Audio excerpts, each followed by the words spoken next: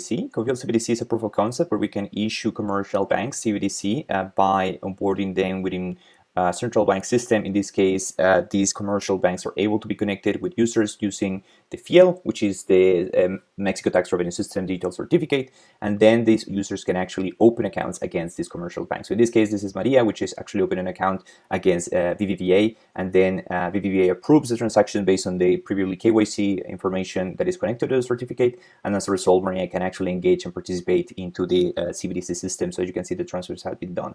So one of the things that there's two new features that we added based on the last version. So the first one is able to actually do CNDC transactions within our system, and the second one, which is quite interesting, is the payment one. So I'm first going to explain the difference between a payment and a transfer. We're going to do a transfer just to showcase just your standard workflow. Transfer is just transfer between two wallets, not anything interesting. We just returned some of the money to the bank, but we do have a payment, and the payment is quite actually interesting because it's actually an escrow that we do against a non-onboarding system. So this is my unique identifier. It's very similar to kind of like a public social security number.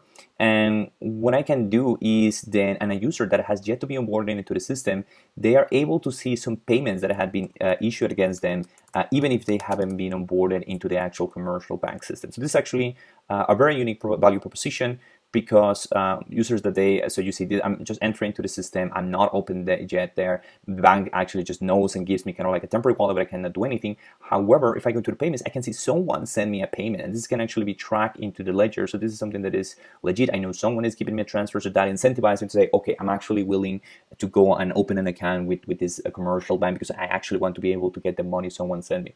All right, so in this case, of course, it's a locked account, but a fixed amount of money, but it's a very good exercise because then, you know, we can access the payment, we can claim the payment, and as a result, we can see the amount that was locked by Maria. It's actually going to be sent back first to the bank, and then it's going to be forwarded to me.